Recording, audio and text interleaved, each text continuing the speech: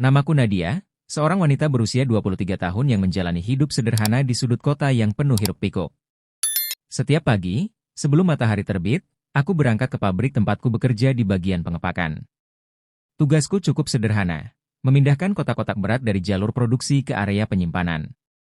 Pekerjaan ini memang melelahkan, tetapi aku tak punya pilihan lain. Aku adalah tulang punggung keluarga sejak ayah meninggal beberapa tahun lalu. Aku tinggal bersama ibu dan adikku, Rani, di rumah kecil di pinggir kota. Ibu sering sakit-sakitan, dan penghasilanku yang pas-pasan hanya cukup untuk memenuhi kebutuhan dasar kami. Adikku yang masih sekolah selalu menjadi motivasiku untuk terus bertahan. Aku ingin dia memiliki kehidupan yang lebih baik daripada yang kami jalani sekarang.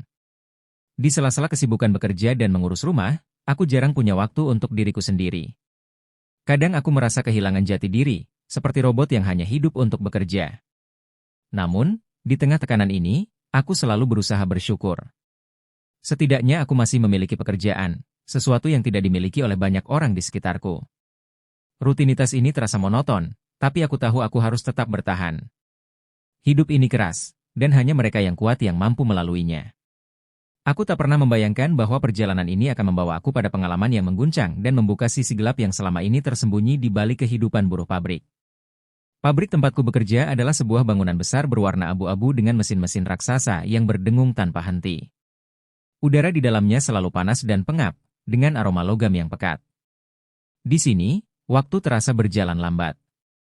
Setiap detik terasa seperti menit, dan setiap menit terasa seperti jam. Namun, aku mencoba untuk tetap ceria, walau hanya untuk menjaga semangat. Di tengah kesibukan itu, ada satu hal yang membuatku bertahan. Lina, sahabatku. Kami bertemu saat aku baru mulai bekerja, dan sejak itu, kami selalu bersama. Lina adalah orang yang ceria dan penuh semangat, berbeda denganku yang cenderung pendiam. Di sela waktu istirahat, kami sering berbagi cerita tentang mimpi-mimpi kami, meskipun kami tahu peluang untuk mencapainya sangat kecil. Namun, tidak semua orang di pabrik bersikap ramah. Beberapa rekan kerja lebih suka memanfaatkan kelemahan orang lain untuk keuntungan mereka. Ada juga yang hanya peduli pada diri sendiri, tidak peduli jika orang lain kesulitan. Persaingan di sini sangat terasa, terutama karena status kami sebagai pekerja kontrak. Posisi kami selalu terancam oleh kebijakan pabrik yang tidak pernah berpihak pada buruh. Di luar semua itu, aku tahu bahwa pabrik ini bukan hanya tempat kerja, tetapi juga perangkap. Sekali masuk, sulit untuk keluar. Banyak dari kami yang terjebak dalam siklus ini, bekerja keras, menerima upah rendah, lalu kembali lagi keesokan harinya tanpa kepastian masa depan. Hari itu, kabar tentang kedatangan supervisor baru menyebar dengan cepat. Namanya Pak Darmawan, pria berusia sekitar 40-an dengan reputasi yang beragam. Beberapa orang mengatakan dia adalah sosok yang tegas dan karismatik, sementara yang lain menyebutnya misterius.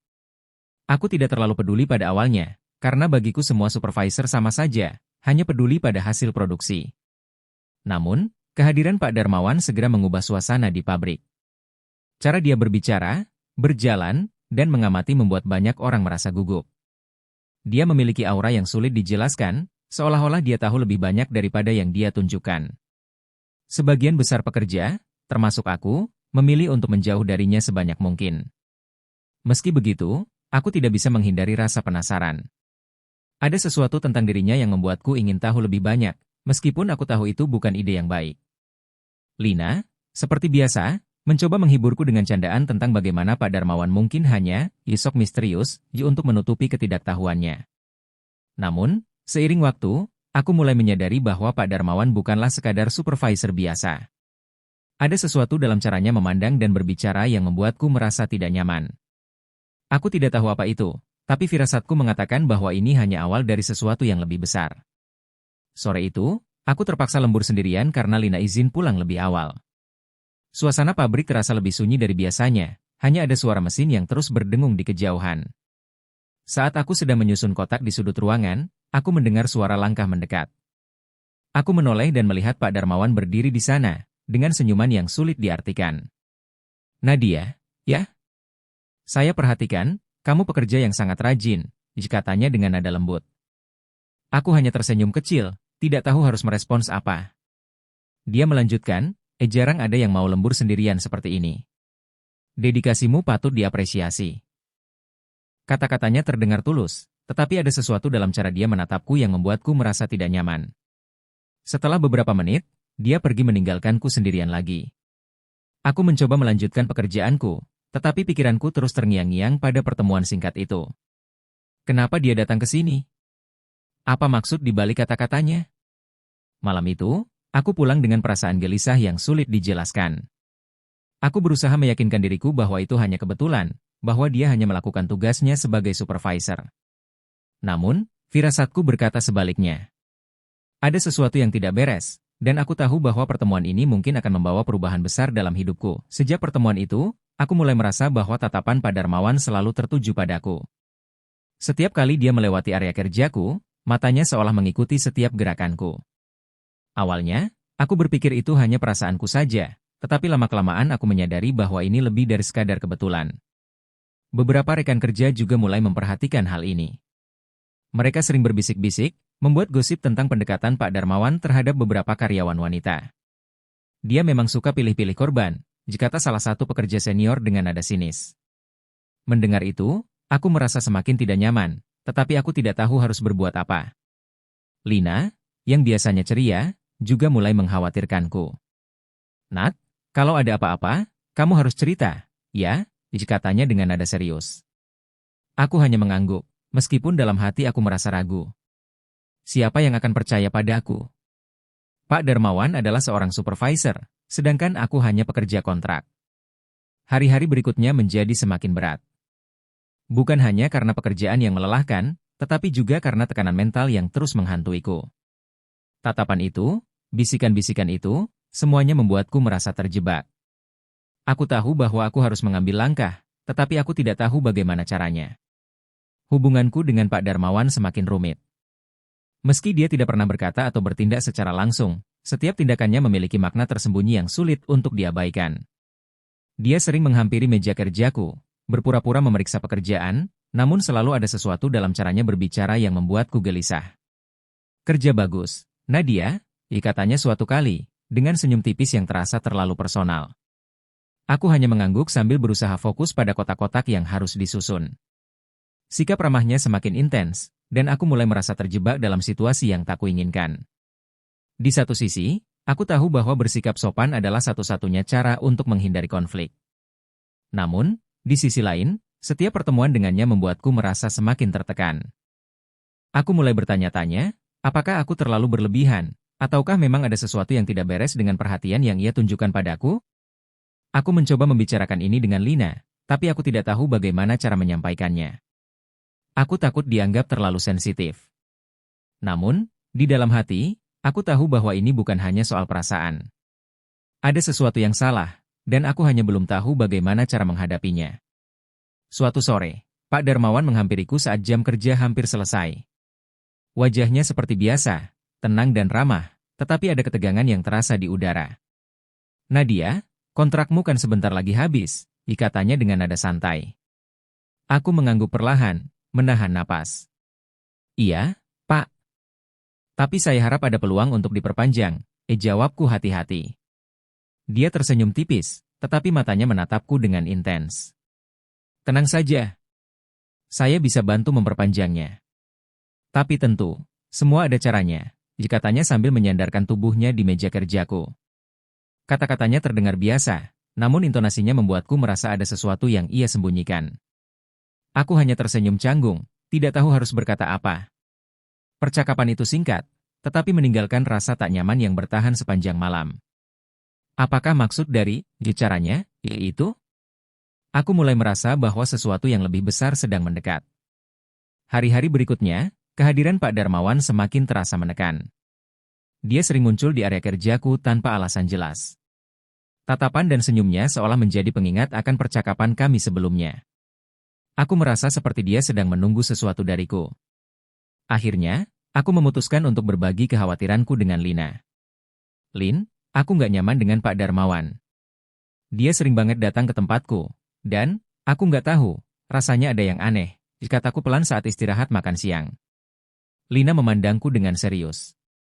Nat, kamu harus hati-hati. Jangan pernah sendirian kalau dia ada di dekatmu. Kalau perlu, kita cari cara buat lapor, ya. Ucapannya membuatku merasa sedikit lega, tetapi juga semakin sadar bahwa situasi ini lebih serius daripada yang kubayangkan. Malam itu, aku merenung panjang. Ketakutanku mulai tumbuh, tetapi aku tahu aku harus tetap kuat. Aku tidak bisa membiarkan rasa takut ini menghancurkan diriku. Sore itu, Pak Darmawan memanggilku ke ruangannya. Jantungku berdegup kencang saat aku melangkah masuk. Dia duduk di kursinya dengan santai, menyilangkan tangan di depan dada. Nadia, saya sudah bicara dengan manajemen soal kontrakmu, katanya tanpa basa-basi. Terima kasih, Pak, jawabku pelan. Aku tahu pasti ada kelanjutannya. Dia memiringkan kepalanya sedikit, menatapku dengan senyum yang tak ramah. Tentu saja, saya bisa pastikan kontrakmu diperpanjang. Tapi, kamu juga tahu, kan, semuanya butuh pengertian. Darahku seperti membeku. Aku tahu maksudnya, meski dia tidak mengatakannya secara langsung. Dengan sekuat tenaga, aku menahan diriku untuk tidak menunjukkan rasa takut. Saya mengerti, Pak. Tapi, saya ingin mencapai itu dengan kerja keras saya sendiri, jawabku halus. Wajahnya berubah dingin, tetapi dia tidak mengatakan apa-apa lagi. Aku meninggalkan ruangan itu dengan perasaan campur aduk, antara lega karena bisa menghindar, dan takut karena tahu ini belum berakhir. Malam itu, aku terjaga di tempat tidur, memandangi langit-langit kamar yang gelap. Kata-kata Pak Darmawan terus terngiang-ngiang di pikiranku. Aku tahu, jika aku menolak dengan tegas, risikonya adalah kehilangan pekerjaan. Tapi menerima, tawarannya, ia adalah sesuatu yang bertentangan dengan seluruh prinsip hidupku. Bayangan ibu dan Rani muncul di benakku. Bagaimana jika aku tidak bisa lagi mendukung mereka? Rani masih sekolah, dan ibu membutuhkan pengobatan rutin. Aku adalah satu-satunya sumber penghasilan keluarga. Kehilangan pekerjaan ini bisa menghancurkan segalanya. Namun, menyerah pada tekanan Pak Darmawan bukanlah solusi. Aku tahu, jika aku menyerah sekali, dia akan terus memanfaatkanku. Tapi bagaimana caranya melawan seseorang yang memiliki kekuasaan jauh di atasku? Malam itu, aku hanya bisa menangis pelan, mencoba meredakan rasa takut dan frustrasi yang menumpuk di dadaku. Aku tahu aku harus membuat keputusan segera, tetapi aku tidak tahu apa yang benar-benar harus kulakukan. Keesokan harinya, Lina mendapati wajahku yang lesu dan mata sembab. Tanpa menunggu penjelasan dariku, dia langsung menarikku ke sudut pabrik saat waktu istirahat. Kamu nggak kelihatan baik-baik saja, Nat. Ada apa? Tanyanya dengan nada khawatir. Aku akhirnya menceritakan semuanya, tentang tawaran Pak Darmawan dan bagaimana aku merasa terjebak. Lina mendengarkan dengan serius, tanpa memotong ucapanku. Setelah aku selesai bercerita, dia memegang tanganku erat. Kamu nggak boleh menyerah, Nat. Jangan biarkan dia menang. Kita cari cara, kalau perlu aku yang temani kamu setiap saat. Kalau dia sampai keterlaluan, kita laporkan, ucapnya tegas. Dukungan Lina membuatku merasa lebih kuat, meskipun rasa takut itu masih ada. Aku tahu dia benar. Aku tidak boleh menyerah. Aku harus bertahan, meski risikonya besar. Hari-hariku di pabrik semakin terasa berat. Tatapan Pak Darmawan selalu mengunci pandanganku setiap kali dia lewat. Kadang dia sengaja berdiri di dekatku lebih lama dari yang diperlukan, seolah ingin menguji keberanianku. Aku berusaha menghindarinya sebisa mungkin. Setiap kali dia masuk ke area kerjaku, aku mencari alasan untuk pergi, entah ke kamar mandi, mengambil alat kerja, atau berpindah tugas. Namun, menghindar darinya tidak semudah yang kubayangkan. Gosip tentang kedekatan, khusus, di antara Pak Darmawan dan beberapa pekerja wanita semakin menyebar di pabrik. Beberapa rekanku mulai memandangku dengan tatapan berbeda, seolah-olah aku adalah target berikutnya. Ini membuatku semakin tertekan. Di tengah semua ini, Lina tetap menjadi penyemangatku. Dia selalu ada di sisiku, bahkan saat aku merasa seluruh dunia melawan. Tanpa Lina, mungkin aku sudah menyerah sejak lama. Suatu hari, Pak Darmawan memanggilku ke gudang yang sepi. Aku tahu ini bukan pertanda baik, tapi aku tidak bisa menolak tanpa alasan yang jelas. Dengan langkah berat, aku memasuki ruangan itu dan melihatnya berdiri di sana, menungguku. Nadia, saya sudah beri kamu banyak waktu untuk berpikir, katanya dengan nada tenang tapi dingin. Saya bisa membantu karir kamu di sini. Tapi kamu harus tunjukkan juga pengertian kamu. Aku berusaha tetap tenang meskipun hatiku berdegup kencang. Pak, saya bekerja di sini karena kemampuan saya, bukan karena hal lain. Kalau kontrak saya tidak diperpanjang, saya akan terima itu dengan ikhlas, jawabku dengan suara gemetar. Dia menatapku tajam, senyumnya menghilang. Kamu yakin? Keputusan ini bisa berdampak besar untuk kamu dan keluarga kamu, Nadia, katanya dengan nada mengancam. Aku hanya mengangguk, meski tubuhku terasa gemetar, aku meninggalkan gudang itu dengan langkah berat, tetapi ada rasa lega yang perlahan muncul. Aku telah berani menolak dengan tegas. Meskipun aku tahu risikonya besar, aku merasa bahwa aku telah melakukan hal yang benar. Lina menyambutku dengan pelukan hangat begitu aku kembali ke area kerja. Aku bangga sama kamu, Nat. Kamu kuat, katanya dengan senyuman. Kata-katanya memberikan sedikit kekuatan di tengah kekacauan yang sedang kualami. Namun, aku tahu bahwa ini belum selesai. Pak Darmawan tidak akan membiarkan penolakanku berlalu begitu saja. Aku harus bersiap menghadapi segala konsekuensi yang mungkin datang. Malam itu, aku memutuskan bahwa aku tidak akan diam. Jika tekanan ini terus berlanjut, aku akan mencari cara untuk melawannya, bahkan jika itu berarti mempertaruhkan segalanya. Hari-hari berikutnya terasa semakin berat. Pak Darmawan mulai mencari-cari kesalahan dalam pekerjaanku. Sekecil apapun kekeliruan yang kulakukan, ia pasti mempermasalahkannya. Bahkan, ia pernah memarahiku di depan rekan-rekan kerja tanpa alasan yang jelas. Rekan-rekanku mulai menjauhiku, takut ikut terseret dalam konflik ini. Aku merasa semakin terisolasi. Hanya Lina yang tetap berada di sisiku, memberikan dukungan moral setiap kali aku merasa putus asa. Aku tahu ini adalah bentuk balas dendam Pak Darmawan atas penolakanku. Namun, aku tetap berusaha menjalankan tugasku sebaik mungkin, meski tekanan mental yang kuterima semakin berat. Di satu sisi, aku merasa hancur. Tapi di sisi lain, aku tahu bahwa aku tidak sendirian. Dukungan Lina dan keyakinanku pada kebenaran membuatku tetap bertahan, meski jalan di depan terlihat gelap dan penuh rintangan.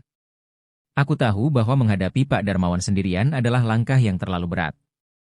Setelah berbicara panjang dengan Lina, aku menyadari pentingnya melibatkan orang lain. Kami mulai mendekati beberapa rekan kerja yang tampaknya juga merasa tidak nyaman dengan kehadirannya. Tidak apa-apa, kalian tidak perlu takut. Kita hanya perlu mendukung satu sama lain, kata Lina, mencoba meyakinkan mereka. Beberapa dari mereka ragu, tapi akhirnya ada yang bersedia bergabung dan berbicara. Langkah selanjutnya adalah melaporkan masalah ini secara resmi ke pihak manajemen. Lina meyakinkanku bahwa kebenaran harus diungkapkan. Meski aku takut akan konsekuensinya, aku tahu bahwa ini adalah satu-satunya cara untuk melindungi diriku dan mungkin juga rekan-rekan lain. Semakin banyak kami berdiskusi, semakin terasa bahwa ini bukan hanya tentang aku. Ada lebih banyak pekerja yang mungkin menjadi korban, tetapi mereka memilih diam karena takut kehilangan pekerjaan. Aku sadar, perjuanganku adalah untuk mereka juga. Aku dan Lina akhirnya memberanikan diri untuk bertemu dengan pihak manajemen. Kami membuat laporan resmi tentang perilaku Pak Darmawan, mencantumkan detail-detail insiden yang kami alami. Tanganku gemetar saat menyerahkan dokumen itu, tapi Lina menggenggam tanganku, memberikan kekuatan. Manajer yang menerima laporan kami, Pak Surya, mendengarkan dengan serius. Kami akan menyelidiki ini dengan teliti, katanya. Meski terlihat tulus, aku masih merasa cemas. Apakah mereka benar-benar akan bertindak? Langkah ini bukan hal yang mudah. Beberapa rekan kerja memperingatkan kami untuk berhati-hati, khawatir jika laporan ini tidak ditindaklanjuti, justru kami yang akan menjadi sasaran. Tapi aku mencoba menenangkan diriku. Ini adalah langkah pertama menuju perubahan. Hari itu aku pulang dengan perasaan campur aduk. Aku takut, tetapi juga merasa lega. Setidaknya, aku telah melakukan sesuatu untuk melindungi diriku dan mungkin orang lain dari tekanan yang sama.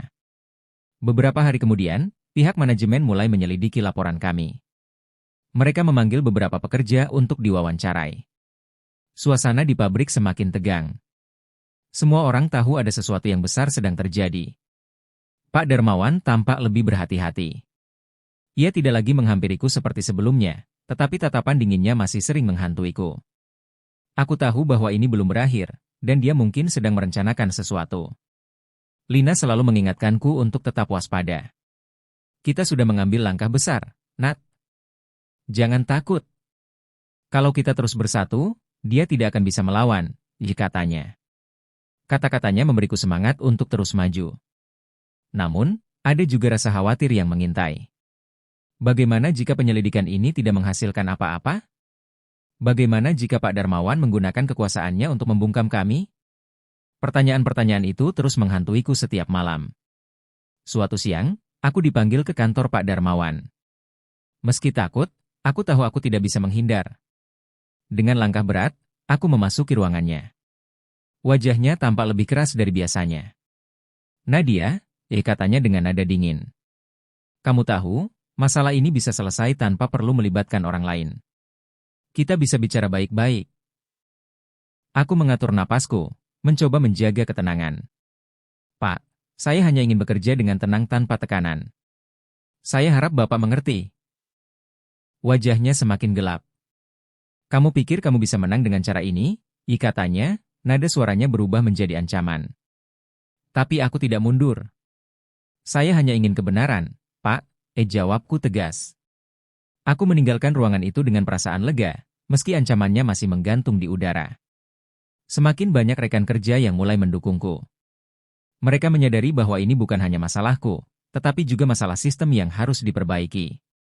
Beberapa dari mereka bahkan mulai berbicara tentang pengalaman serupa dengan Pak Darmawan. Lina menjadi motor penggerak gerakan ini. Dia mendekati satu persatu pekerja, meyakinkan mereka bahwa bersatu adalah cara terbaik untuk melawan. Kita semua punya suara, dan kalau kita bicara bersama, mereka harus mendengarkan, katanya. Aku mulai merasa lebih kuat dengan dukungan ini. Meskipun tekanan dari Pak Darmawan masih ada, aku tahu bahwa aku tidak sendirian. Kami bersama-sama memperjuangkan keadilan, tidak hanya untuk diriku, tetapi untuk semua pekerja di pabrik ini. Dukungan ini juga membuat pihak manajemen mulai mengambil laporan kami dengan lebih serius. Mereka mulai melihat bahwa masalah ini bukan hanya tentang satu orang, tetapi ada pola perilaku yang harus dihentikan, ketegangan di pabrik mencapai puncaknya. Pihak manajemen semakin aktif melakukan penyelidikan. Mereka mulai memeriksa catatan kerja, percakapan, bahkan rekaman kamera pengawas. Bukti-bukti mulai bermunculan, menguatkan laporan kami. Pak Darmawan terlihat gelisah. Dia tidak lagi menunjukkan kepercayaan dirinya yang biasa. Setiap kali pihak manajemen memanggilnya untuk wawancara, ekspresinya semakin tegang. Beberapa rekan kerja yang sebelumnya dia mulai memberanikan diri memberikan kesaksian. Namun, suasana itu juga membawa tekanan baru bagi kami. Pak Darmawan tampaknya berusaha mencari cara untuk membalas. Beberapa kali aku merasa dia mengamati dari kejauhan, meski dia tidak lagi menghampiriku secara langsung. Lina tetap menjadi penopangku. Dia mengingatkan bahwa ini adalah bagian dari proses menuju keadilan. Kita harus bertahan, Nak. Dia tidak akan bisa lari dari kebenaran, katanya dengan tegas. Kata-katanya menjadi penguatku setiap kali rasa takut menghampiri. Pada suatu malam yang tenang, Lina memutuskan untuk berbicara denganku secara mendalam. Kami duduk di luar pabrik setelah shift malam selesai. Nat, aku harus memberitahumu sesuatu, katanya dengan suara pelan tapi serius. Dia mengaku bahwa dia juga pernah menjadi korban tekanan Pak Darmawan. Awalnya dia ragu untuk berbicara karena takut kehilangan pekerjaannya. Aku terlalu takut, Nat. Aku pikir kalau aku diam, semuanya akan berlalu. Tapi ternyata itu salah, katanya dengan mata berkaca-kaca. Aku terkejut mendengarnya, tetapi pengakuan Lina justru memperkuat tekadku. Lina, ini saatnya kita bersama-sama memperjuangkan keadilan. Kita tidak boleh membiarkan dia melanjutkan apa yang sudah dia lakukan, jawabku sambil menggenggam tangannya. Lina mengangguk, kali ini dengan penuh keyakinan. Bersama-sama, kami mengumpulkan lebih banyak bukti dan kesaksian untuk mendukung laporan kami. Kami tahu, semakin banyak suara yang bersatu, semakin besar kemungkinan pihak manajemen akan bertindak tegas. Akhirnya, setelah berminggu-minggu penyelidikan, pihak manajemen mengambil tindakan. Mereka mengumumkan bahwa Pak Darmawan akan diskor sementara untuk penyelidikan lebih lanjut. Pengumuman itu disampaikan dalam rapat besar, di hadapan semua pekerja. Aku merasakan beban berat yang selama ini menghimpit dadaku mulai terangkat. Meski ini baru langkah awal, aku merasa ada harapan. Rekan-rekan kerja yang mendukung kami memberikan senyuman penuh semangat, menunjukkan bahwa mereka juga merasakan kelegaan. Pak Darmawan tampak marah saat meninggalkan ruangan rapat. Namun, kali ini, tatapan dinginnya tidak lagi membuatku gentar. Aku tahu, dia tidak lagi memiliki kuasa untuk menekan kami. Setelah rapat, Lina mendekatiku. Kita berhasil, Nat. Tapi perjuangan ini belum selesai, katanya. Aku mengangguk, Kami tahu bahwa proses ini masih panjang, tetapi setidaknya, kami telah membuka jalan bagi keadilan untuk ditegakkan. Hari-hari di pabrik mulai terasa lebih tenang. Dengan diskorsnya Pak Darmawan, suasana kerja menjadi lebih kondusif. Aku tidak lagi merasa diawasi atau ditekan. Beban yang selama ini menghantuiku perlahan mulai menghilang. Rekan-rekan kerja yang dulu menjauh kini kembali berbicara denganku. Banyak dari mereka mengaku kagum dengan keberanianku melaporkan perilaku Pak Darmawan. Bahkan beberapa di antaranya berkata bahwa tindakan ini memberi mereka keberanian untuk bersuara jika menghadapi situasi serupa. Meski lega, aku tetap berhati-hati. Aku tahu bahwa skors ini mungkin hanya langkah awal. Namun, untuk saat ini, aku ingin menikmati ketenangan yang telah lama kurindukan. Setiap pagi, aku pergi bekerja dengan perasaan lebih ringan. Tidak ada lagi rasa takut yang terus-menerus menghantui. Aku merasa seperti mendapatkan kembali kendali atas hidupku, sesuatu yang hampir hilang sebelumnya.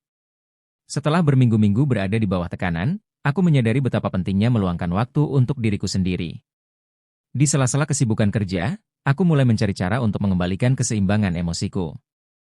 Aku kembali membaca buku-buku favoritku, sesuatu yang sudah lama kutinggalkan. Saat membaca, aku merasa seperti bisa melarikan diri sejenak dari dunia nyata yang penuh tekanan. Aku juga mencoba berjalan-jalan di taman dekat rumah, menikmati udara segar dan suara burung yang menyenangkan. Setiap malam, aku meluangkan waktu untuk merenung. Aku mencoba memahami apa yang telah terjadi, bukan untuk menyalahkan diri sendiri, tetapi untuk menerima bahwa aku telah melakukan yang terbaik dalam situasi yang sulit. Pemulihan ini tidak instan, tetapi setiap langkah kecil membantuku merasa lebih baik. Aku belajar untuk memaafkan diriku atas keraguan yang pernah kurasakan dan merayakan keberanian yang akhirnya muncul. Di rumah, Ibu dan Rani menjadi sumber kekuatanku yang tak tergantikan.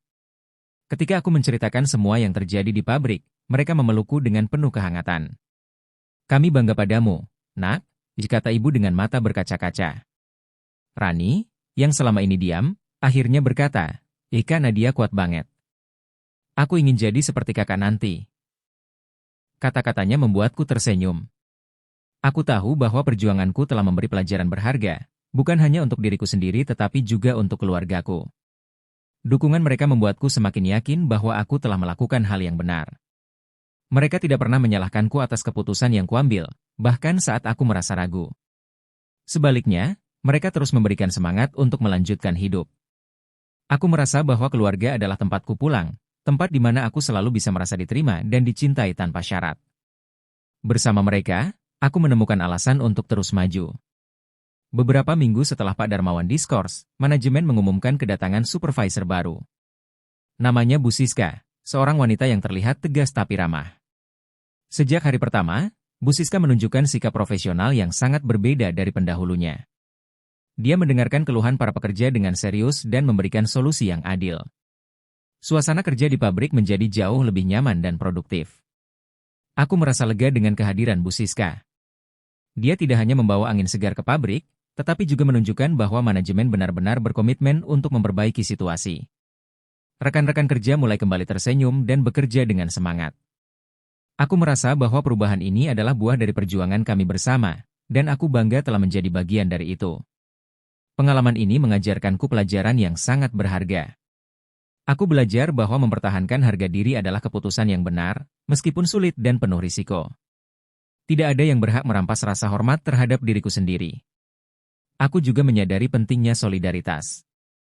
Tanpa dukungan Lina dan rekan-rekan kerja lainnya, aku mungkin tidak akan mampu menghadapi tekanan sebesar itu. Bersama-sama, kami menjadi lebih kuat. Selain itu, aku belajar untuk tidak takut berbicara dan melawan ketidakadilan. Meskipun perjalanan ini berat, aku merasa bahwa keberanian kecil yang aku tunjukkan telah membawa dampak besar. Aku berjanji pada diriku sendiri untuk selalu memegang prinsip ini. Jika ada yang menghadapi situasi serupa, aku ingin menjadi orang yang bisa mereka andalkan, seperti Lina yang telah menjadi sandaranku. Laporan kami tidak hanya membawa perubahan dalam kehidupan kami, tetapi juga dalam kebijakan di pabrik. Manajemen mulai menerapkan aturan baru untuk melindungi karyawan dari pelecehan dan tekanan. Mereka memasang kotak pengaduan anonim di setiap sudut pabrik dan mengadakan pelatihan tentang kesetaraan dan etika kerja. Para pekerja mulai merasa lebih dihargai dan dilindungi. Aku merasa bangga bahwa perjuanganku tidak sia-sia. Ini bukan hanya kemenangan untukku, tapi juga untuk semua pekerja yang mungkin pernah mengalami hal serupa. Meskipun apa yang kulalui sangat berat, aku merasa bahwa perubahan ini adalah sesuatu yang pantas diperjuangkan. Aku tahu bahwa langkah kecil ini bisa menjadi awal dari perubahan yang lebih besar. Dengan semangat baru, aku melanjutkan pekerjaanku di pabrik. Tidak ada lagi rasa takut yang menghantuiku. Aku merasa bebas untuk bekerja dengan tenang dan fokus pada tanggung jawabku. Kehadiran Bu Siska membuat suasana kerja semakin nyaman. Dia tidak hanya mengatur dengan baik, tetapi juga mendukung kami untuk berkembang. Aku merasa dihargai sebagai seorang pekerja dan individu. Meskipun perjalanan ini penuh dengan cobaan, aku bersyukur telah melewatinya dengan kekuatan dan keteguhan hati. Pengalaman ini mengajarkanku untuk tidak pernah menyerah, bahkan di saat-saat paling sulit. Aku tahu bahwa ini adalah awal baru, tidak hanya untukku tetapi juga untuk semua pekerja di pabrik ini. Dengan semangat dan harapan, aku melangkah ke depan, siap menghadapi apapun yang akan datang.